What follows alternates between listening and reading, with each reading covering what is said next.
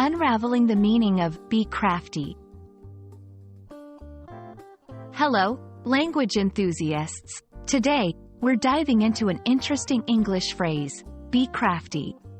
Stick around as we explore its meanings, uses, and some example sentences.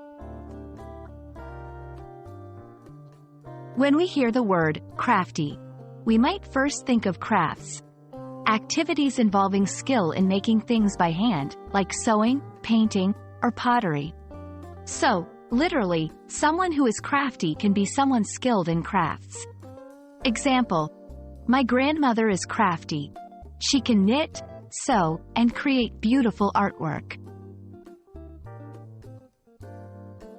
More often than not, be crafty has a figurative meaning. It can describe someone who is clever, especially in a deceptive or sneaky way.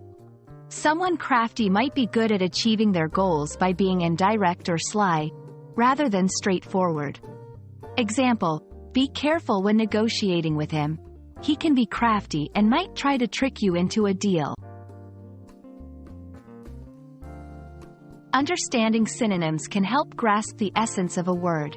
Some synonyms for crafty, in its figurative sense, include sly, cunning, wily, and devious. Example: the fox in many stories is depicted as a crafty animal, using its intelligence and cunning to outwit its enemies. Let's look at some more examples to understand its usage better. 1. She managed to skip the queue by being crafty and pretending she was with the group in front. 2. You have to be crafty in business sometimes to stay ahead of your competitors. 3.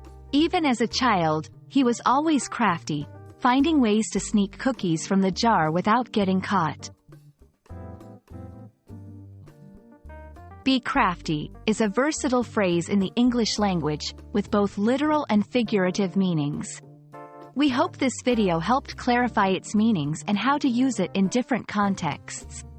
Keep practicing, and always stay curious about the intricacies of the English language.